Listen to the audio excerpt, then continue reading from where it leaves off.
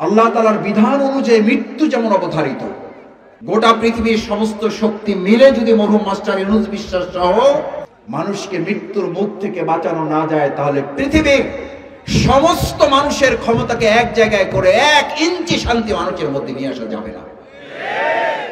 আপনার জন্ম যেমন সত্য, আপনার মৃত্যুবরণ করা যেমন সত্য, এটা যেমন অবধারিত, আল্লাহর আইন ছাড়াই পৃথিবীতে শান্তি প্রতিষ্ঠা হবে না, এটাও ঠিক সেরকম অবধারিত। আসসালামু আলাইকুম ওয়া রাহমাতুল্লাহি ওয়া বারাকাতুহু। আমাদের আজকের এই আয়োজনের মূল প্রতিপাদ্য, মূল বিষয়বস্তু আপনারা সবাই জানেন।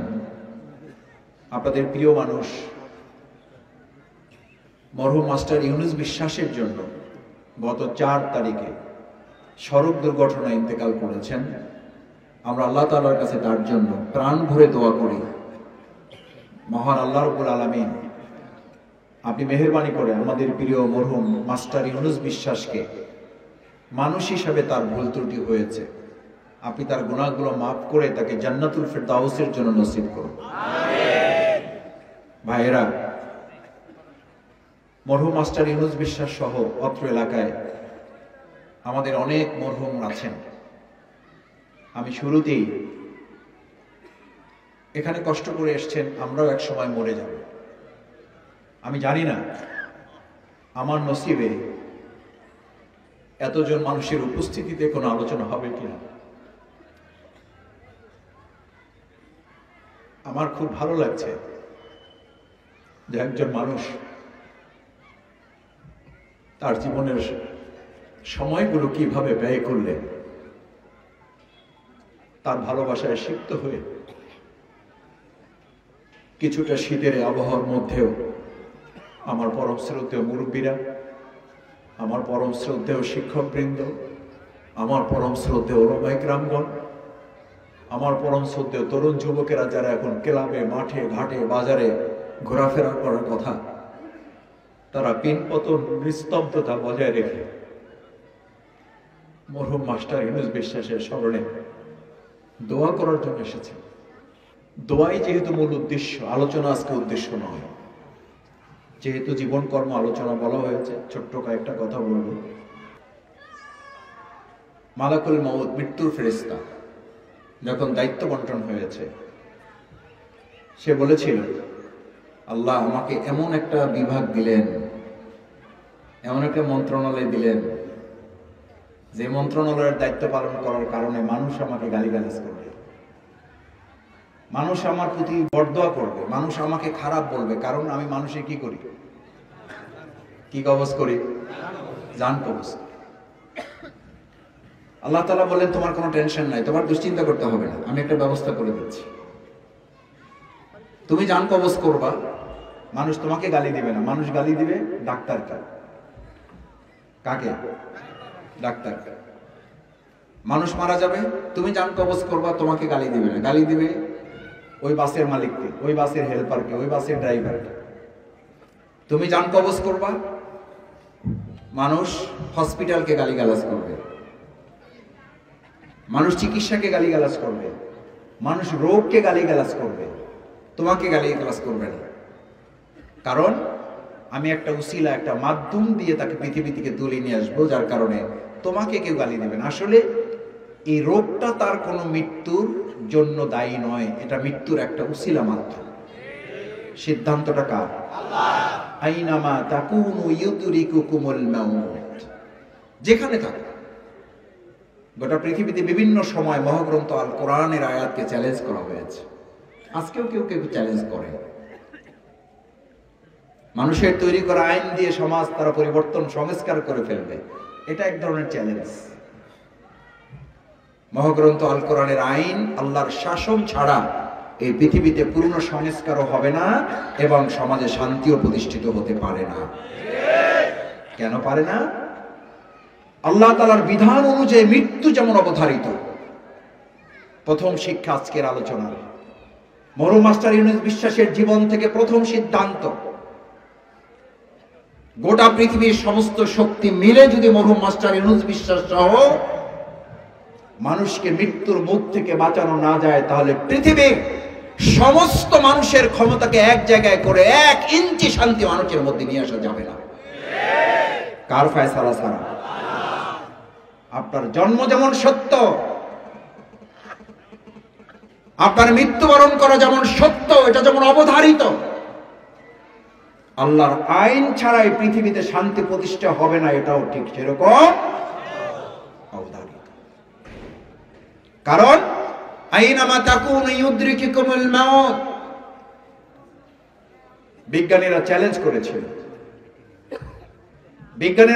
করেছে, আমরা দেখতে চাই কি করে মৃত্যু স্পর্শ করে। আল্লাহ তাআলা স্রষ্টা নাকি এরকম বিধান দিয়েছেন? বিজ্ঞানীরা চ্যালেঞ্জ করে দিয়েছেন। একজন মানুষকে সমস্ত অক্সিজেনের ব্যবস্থা করে কাজ দিয়ে ভালো করে এমন ভাবে প্রটেক্ট করে তাকে ভিতরে দিয়ে রাখা হয়েছে যেন বাইরের কোনো বিপদ তাকে স্পর্শ করতে না পারে। চ্যালেঞ্জের পালা শুরু হয়ে গেল। মাস, বছর, দিন, ঘন্টা, মিনিট, সেকেন্ড পার হচ্ছে। অপেক্ষমান আছে বিজ্ঞানীরা, অবজার্ভ করছেন জীবন্ত মানুষটাকে কি করে মৃত্যু হবে। তার কাছে থেকে যেতেই পারবে না, তাকে তো চতুর্দিক থেকে বেষ্টন করে রাখা হয়েছে। কি আয়াতকে চ্যালেঞ্জ করা হয়েছে? আইনামা তাকুনু ইউদরিকুকুমুল মাউত ওয়ালাউ কুনতুম ফি বুরুজিম মুশাইয়াদা।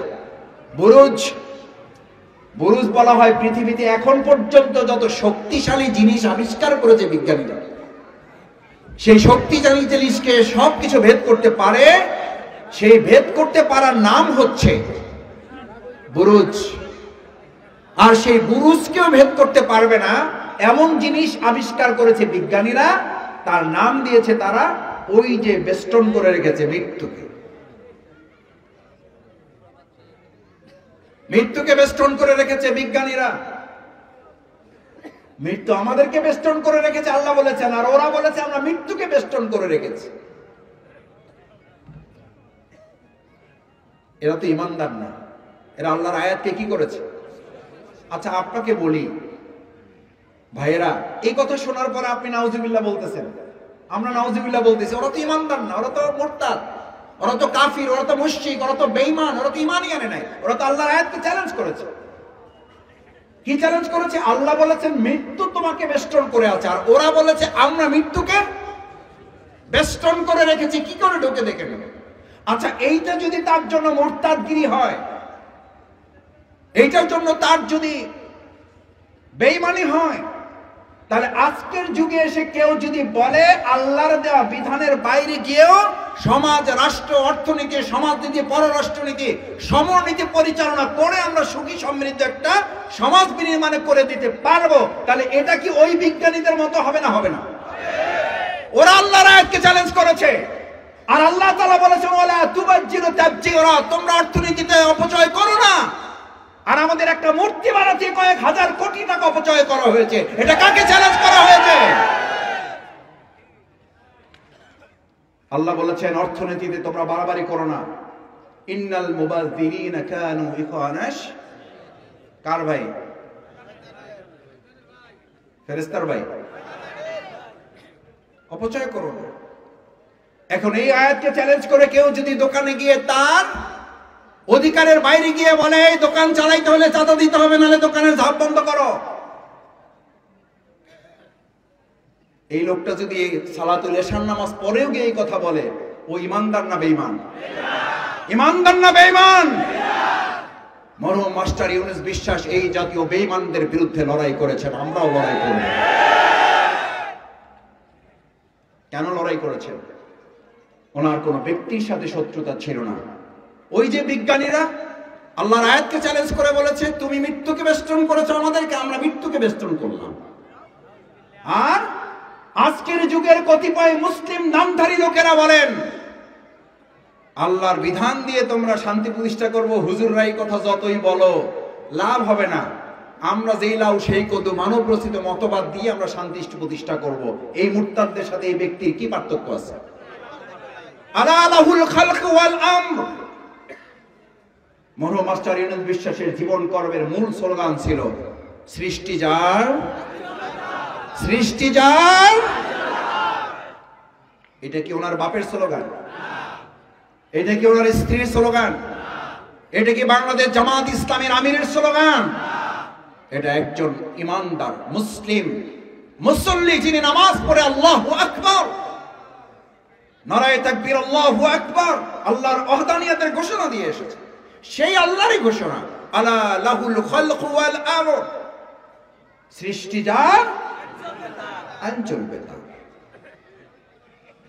এই মসজিদের কোন ইমাম যদি এখন এসে এখানে মাইকে দাঁড়িয়ে বলেন, আমি একটু আগে আপনাদের ইমামতি করে এসেছি না ভাই, আমার কথা আপনারা শুনবেন না, আমার কথায় আপনারা সিজদা করেছেন, আমার কথায় আপনারা রুকু করেছেন, আমার কথায় আপনারা উঠেছেন বসেছেন, আমি এখন সেই লোক এসে বলতেছি আল্লাহর আইন অনুযায়ী মসজিদ চলবে, কিন্তু আল্লাহর আইন অনুযায়ী নমালা চলবে না, এই ইমামের কথা আমরা শুনতে সবাই রাজি আছি ইনশাআল্লাহ?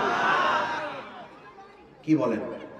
ইমাম সাহেব তো ওনার তো দাঁড়িয়ে আছে, উনি তো টুপিওয়ালা মানুষ, উনি তো সুন্নাত তরিকা মেনটেন করেন, ওনার সব ঠিক থাকলেও উনি মসজিদে ঠিক আছেন। মসজিদ থেকে বের হয়ে যখনই উনি বলেছেন মসজিদে আল্লাহর আইন চলবে আর জমিনে চলবে মানুষের আইন, উনি আল্লাহর বিধানকে কয় ভাগে ব্যক্ত করেছেন? আল্লাহর এই জমিনের মালিক কয়জন? মসজিদের আল্লাহ আর এই জমিনের আল্লাহ দুইজন। কথা বুঝে বললেন? মরহুম মাস্টার এই মসজিদ এবং জমিনের মালিক এক করে কথা বলেছেন বলে এই নমালায় তাকে অনেক প্রতিবাদের মুখে পড়তে হয়েছে। এটা কি মরহুম মাস্টার ইউনূসের বিশ্বাস, বিশ্বাসের বিশ্বাস, নাকি আল্লাহর বিশ্বাস? আল্লাহর বিশ্বাস। এই তো মরহুম মাস্টার ইউনূস বিশ্বাস। আলহামদুলিল্লাহ, নামের সাথে কাজের মিল আছে। উনি বিশ্বাস করতেন মসজিদে যে আল্লাহ, এই জমিনেরও সেই আল্লাহ। আলা লাহুল খালকু ওয়াল আমর ইনিল হুকমু ইল্লা লিল্লাহ। ভালো করে বুঝে নাও, শুনে নাও, আল্লাহর ঘোষণা। আল্লাহর আইন ছাড়া এই সমাজ রাষ্ট্র পরিবর্তন হতে পারে না, পড়বে না। ইনিল হুকমু ইল্লা লিল্লাহ, এক আল্লাহর হুকুম চলবে। ভাইয়েরা, এ তো অনেক পরের কোরআনের আয়াত। আপনি যে কালিমা পড়েন, কালেমা তৈয়বা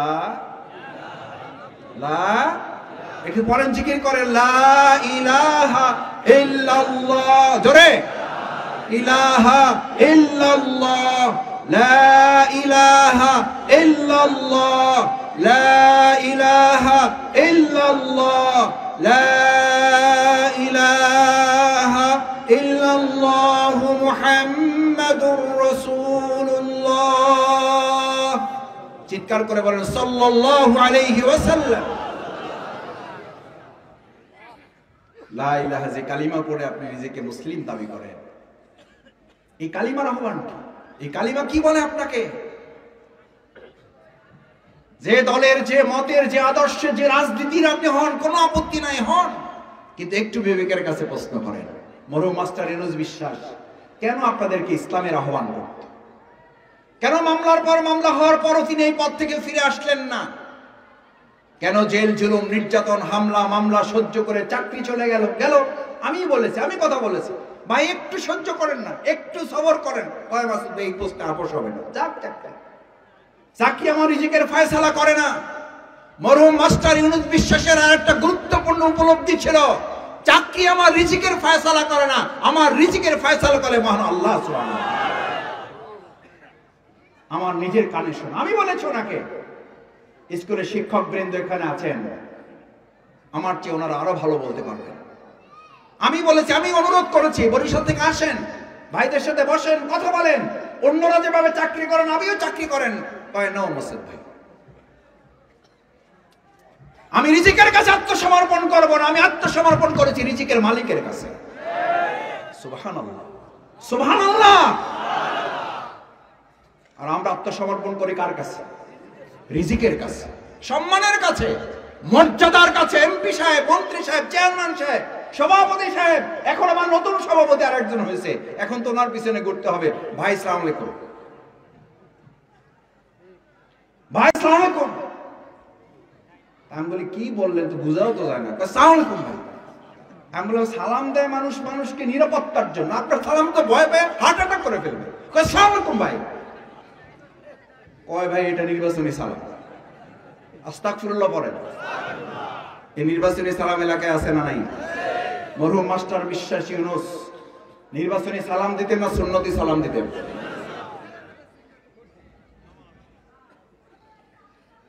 নির্বাচনী সালাম শুরু হয়ে গেছে। ভাই সালাম আলাইকুম। আমি বললাম সালাম কালাম একটু ঠিকঠাক কয় ভাই, এত সালাম দিয়ে কুলান যায় না, এই জন্য মানে কম্পোজ করে নিচ্ছে, বের হয়ে যায়, অটো বের হয়ে যায়। ইমানদারদের সালাম নির্বাচনী আর সুন্নতি। আমরা সবাই ইলেকশনে সালাম দেব, তারপরে আর নাই। সালাম আমাদের নিরাপত্তার গ্যারান্টি। যে সুন্নতি সালাম দেয় সে আপনার হক মেরে খেতে পারে না। মরহুম মাস্টার ইউনুস বিশ্বাসের আর একটা সুন্দর জীবন পদ্ধতি ছিল, সবার আগে তিনি অন্যকে সালাম দেওয়ার জন্য প্র্যাকটিস করতেন। ওনার সাথে আমি শেষ দুই দিন তার একদিন আগে আমি বাউফল থেকে গিয়েছি। লাস্ট সময় আমার মসজিদ থেকে তার সর্বশেষ বিদায়। সালাতুল ইশা জামাত আদায় করে পাশে বসা, উঠতে পারেন না, অনেকক্ষণ বসে আছেন, উঠতে পারেন না। হঠাৎ আমাকে বললেন যে মাসুদ ভাই আমার হাতটা একটু ধরেন। আমি হাতটা ধরলাম। আল্লাহ, মসজিদে যে ভাইয়ের সাথে একত্রিত ছিলাম, আল্লাহ আপনি দয়া করুন জান্নাতুল ফেরদৌসে একত্রিত করে দিয়ে দেবেন।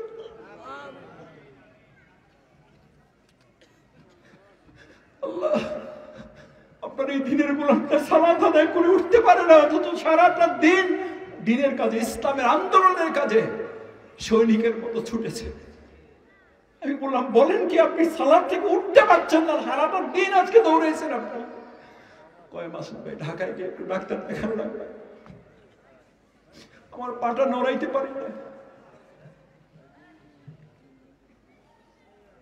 আল্লাহ, আপনি আপনার এই গোলামটাকে জান্নাতের মেহমান করেন।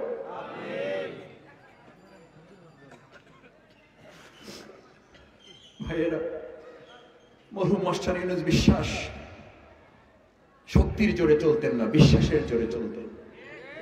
বিশ্বাসের শক্তিতে বলিয়ান ছিলেন। ইমানদারের শক্তি হচ্ছে এখানে।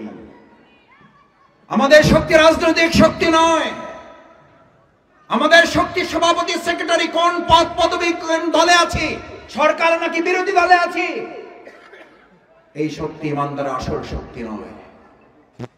ইমানদার যদি দুনিয়ার শক্তিতে বিজয়ী হতো তাহলে বিজয়ী হতো উহুদের যুদ্ধে। ইমানদার যদি বিশ্বাসের শক্তিতে বিজয়ী না হতে পারত, পরাজিত হতো, তাহলে পরাজিত হতো বদরের যুদ্ধে। ইমানদারদের ইতিহাস হচ্ছে শক্তির জোরে ইমানদাররা বিজয়ী হয় নাই, হয়েছে ইমানের জোরে, তাই বদরে বিজয় হয়েছে। দুনিয়ার দৃষ্টিতে যখন শক্তি অর্জিত হয়েছে তখন বদর ইমানদারদের পরাজিত হয়েছে। আজ নমালার মুসল্লিরা সিদ্ধান্ত নিতে চায়, নমাল আগামী দিনে কোন রাজনৈতিক দলের শক্তিতে চলবে না, ইমানদার ইমানের বলিয়ারে চলবে। যদি ইমানদার হও লড়াই করতে আসো, আর না হলে যে কোনো লড়াইয়ের জন্য প্রস্তুত থাকো। কোন অন্যায়কে মাথা নত মাস্টার ইউনুস বিশ্বাস করে নাই। এই নমালাতে কোন অন্যায়কে মাথা উঁচু করে দাঁড়াতে দেওয়া হবে না। মরহুম মাস্টার ইউনুস বিশ্বাসের চেতনাই হচ্ছে কোন চাঁদাবাজি নমালায় চলতে দেওয়া হবে না। মরহুম মাস্টার ইউনুস বিশ্বাসের জীবন এবং কর্মই হচ্ছে এক আল্লাহ ছাড়া আমরা কাউকে ভয় করি না। আলী রাদিয়াল্লাহু তাআলা বলতেন, হে ইমানদার, হে শক্তিশালী যুবক, হে শক্তিশালী রাজনৈতিক নেতা, হে শক্তিশালী রাজনৈতিক প্রশাসক, ভালো করে মনে রাখো, তোমার পা দিয়ে যখন তুমি হাঁটো, এক পা যখন মাটিতে ফেলো, মাটি তখন তোকে স্মরণ করা, এই মাটি থেকে তোর জন্ম, তুই মনে রাখিস। আর এক পা যখন মাটিতে দেন কদম, ওই মাটি আপনাকে চিৎকার করে বলে আপনি শুনতে পান না, এই মাটিতেই তোকে আবার ফিরে আসতে হবে, ফিরে আয়, তোকে দেখে নেব। সেই মাটিতে গর্ব বলে, সেই মাটিতে অহংকার করে, সেই মাটিতে অহমিকা ও গর্ব অহংকার নিয়ে ইমানদাররা চলতে পারে। যদি অহংকার গর্ব নিয়ে কেউ চলে, সে ইমানহীন অবস্থায় জীবন যাপন করে। আমাদের মরহুম মাস্টার ইউনুস বিশ্বাসের যে বিশ্বাসী চেতনা ছিল, সেই বিশ্বাসী চেতনার শেষ ধাপ ছিল তিনি আল্লাহর জমিনে আল্লাহর দ্বীনকে বিজয়ী করার চেষ্টা করতে চেয়েছেন। এটা কি তার ব্যক্তিগত উদ্যোগ ছিল না আল্লাহর ফায়সালা? আকিমুস সালাত কার নির্দেশ? আকিমুদ্দিন কার নির্দেশ? নামাজ পড়ো আল্লাহর নির্দেশ, আল্লাহর জমিন আল্লাহর দ্বীন বিজয় করো আল্লাহর নির্দেশ। মসজিদ আল্লাহর হুকুমে চলবে, জমিন আল্লাহর, এই জমিন আল্লাহর হুকুমে চলবে। মসজিদ আল্লাহর হুকুমে চলে বলে মসজিদটা নিরাপদ লাগে, এই জমিন আল্লাহর হুকুমে চললে এই জমিনটাও নিরাপদ হয়ে যাবে। আরে ভাই, এই সহজ কথাটুকু বুঝি না কেন আমরা? আমি যে রাজনৈতিক দলই করেন, আপনি কেন বুঝতে চান না এই সামান্য খুব সিম্পল সহজ কথাটুকু? মসজিদে গেলে একটু শান্তি শান্তি লাগে না? লাগে না? মসজিদে গেলে একটু ঘুম ঘুম ভাব হয় না? হয় না? মসজিদের বাইরে অস্থির লাগলেও মসজিদে ঢুকলে একটু স্বস্তি লাগে না? লাগে না? কেন লাগে? মসজিদকে মানুষের আইনে চলে না আল্লাহর আইনে চলে? ওরে আমার নওয়ালাবাসী, কেন এটা বুঝেন না? এটার জন্য ইমাম হওয়া লাগে না, এটার জন্য খতিব হওয়া লাগে না, মুফাসসির হওয়া লাগে না, মুফতি হওয়া লাগে না, মাস্টার ডিগ্রি করা লাগে না, অনার্স করা লাগে না, ডক্টরেট ডিগ্রি লাগে না। লাগে শুধু অন্তর থেকে বিশ্বাসটা লালন করা। মরহুম মাস্টার ইউনূস বিশ্বাস এটা লালন করতেন। আল্লাহর আইনে যদি মসজিদ নিরাপদ থাকে, স্বস্তিদায়ক আরামদায়ক মনে লাগে, তাহলে এই জমিনটা আল্লাহর আইনে চললে ওটাও মসজিদের মতো গোটা জমিনটা আমাদের জন্য নিরাপত্তার জায়গা হয়ে যাবে। তখন চাঁদাবাজের ভয় থাকবে না, তখন দখলদারিত্বের ভয় থাকবে না, তখন কোন জুলুমকারী জুলুমের শিকার আর আমাদের মা বোন ইজ্জত লণ্ঠনকারী থাকবে না। আজ মরহুম মাস্টার ইউনূস বিশ্বাস আকিমুস সালাতের সেই দায়িত্ব এক কাঁধে নিয়েছিলেন, আর এক কাঁধে নিয়েছিলেন আকিমুদ্দিন। মসজিদ চলবে আল্লাহর আইনে, জমিনও চলবে ওই আল্লাহর আইনে। সবাই রাজি আছেন ইনশাআল্লাহ? সবাই রাজি ইনশাআল্লাহ? আল্লাহ বাউফলকে আপনার আল্লাহর আইন দিয়ে চালিত করার তৌফিক আপনি দান করেন। আমাদের হাতগুলো আপনি আল্লাহর আইনের জন্য কবুল করেন। মসজিদ যেমন নিরাপত্তার জায়গা, আপনার আইন দিয়ে চলার কারণে জমিনটাকে আমরা আপনার আইন দিয়ে চালিয়ে এটাকে নিরাপত্তার ঠিকানা বানাতে চাই। আল্লাহ মরহুম মাস্টার ইউনূস বিশ্বাসের এই চেতনা, এই বিশ্বাস, এই আদর্শকে আমরা স্মরণ করার চেষ্টা করেছি মাত্র। এখান থেকে আমরা শিক্ষা নিয়ে যদি যার যার জায়গায় পৌঁছতে পারি, তাহলেই কেবলমাত্র আমাদের এই প্রিয় নওমালা, আমাদের এই প্রিয় বাউফল, আমাদের এই প্রিয় মাতৃভূমি বাংলাদেশ একটা নিরাপদ এবং সকলে মিলে সম্মিলিতভাবে প্রত্যেকের নাগরিক অধিকার নিশ্চিত করার জন্য, সে যদি ভিন্ন ধর্মাবলম্বী হয় তার অধিকার ইসলাম নিশ্চিত করে না? করে না? নারীদের অধিকার নিশ্চিত কি ইসলাম করে না? মানুষের রচিত মতবাদ করে। অথচ তারাই আবার উল্টা বলে, মানুষের তৈরি করা মতবাদ দিয়ে তোমাদেরকে আমরা উন্নতি অগ্রগতি করেছি, ইসলাম আসলে মহিলাদেরকে ঢুকাই দেবে কিসের মধ্যে? বোরকার মধ্যে, হাত মোজা পরাই দেবে। আমি আমার বাউফলের একটি ঠিক প্রোগ্রামে বলেছিলাম, আপনাদের এলাকায় যদি কতগুলো শিয়াল এক জায়গায় হইয়া, এই নওমালা মিলগড় বাজারে আপনি যদি যাওয়ার সময় দেখেন 25টা শিয়াল এক জায়গায় বসে মিছিল করতেছে। আমরা আমাদের এই এলাকার সমস্ত মুরগির স্বাধীনতা চাই, বুঝেন নাই? আমরা আমাদের নওমালা এলাকার সমস্ত মুরগির কি চাই? হাসবেন না কানবেন? কি করবেন মুরব্বীরা? এই 25টা শিয়ালের হক্কা হুয়া ডাকে কি আমরা আমাদের ঘরের এই খোপের মধ্যে মুরগিগুলাকে রাস্তায় ছেড়ে দেব না খোপের মধ্যে রাখবো? কারণ ওই শিয়ালের স্বাধীন করার পিছনে তাদের একটা অসৎ উদ্দেশ্য হইল স্বাধীন করার নামে এদেরকে গিলে খাবে। আমাদের কতিপয় নেতা নেত্রীরা নারীদেরকে মুক্ত স্বাধীন করার নামে তাদের ইজ্জত লুণ্ঠন করার ষড়যন্ত্র করছে।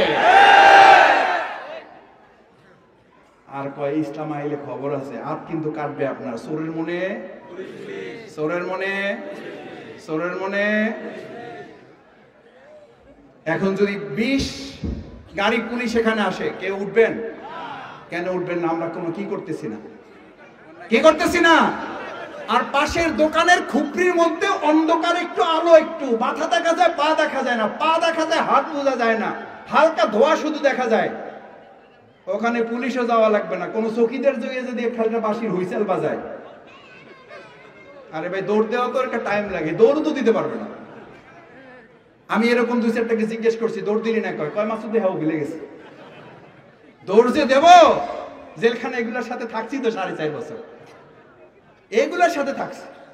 আমাদেরকে শাস্তির অংশ হিসাবে এই সমস্ত গাঁজাখোরদের সাথে, মাদক সেবীদের সাথে আমাদেরকে রাখা হতো। আলহামদুলিল্লাহ, এই মাদকখোর এবং গাঁজাখোরদেরকে নিয়ে আমরা মসজিদে শুধু নামাজ পড়ি নাই, ওদেরকে ইমাম বানিয়েছে, আমরা মুক্তাদি হয়েছি, ওদের ইমামের যোগ্যতা বানিয়ে দিয়েছে আমরা। পুলিশের কারারক্ষীরা এসে বলতো, কয় মাসুদ ভাই দিলাম কি আর করলেন কি? কয় আপনাদের দিলাম শাস্তি দেওয়ার জন্য, আর আপনারা ওকে ইমাম বানাই দেন। আমি বললাম আরো যা আছে নিয়ে আসেন। ডাক্তাররা রুগী পাইলে খুশি হয় না কষ্ট পায়? আরে ভাই বলেন না, খুশি হয় না কষ্ট পায়?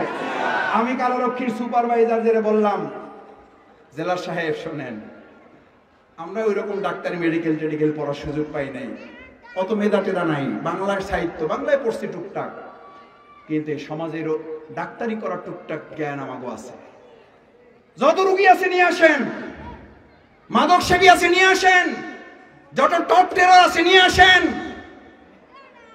যত খুনি আছে নিয়ে আসেন। আলহামদুলিল্লাহ, আল্লাহর উপরে ভরসা করে বলছি, এরা শুধু আমাদের পিছনে মুক্তাদি হবে না, এরা ইমাম হবে, আমরা তাদের পিছনে নামাজ আদায় করব।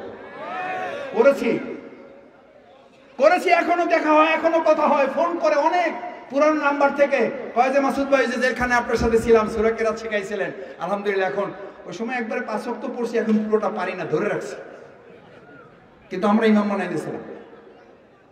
পারা যাবে না? যাবে না। এটা বলছি কেন?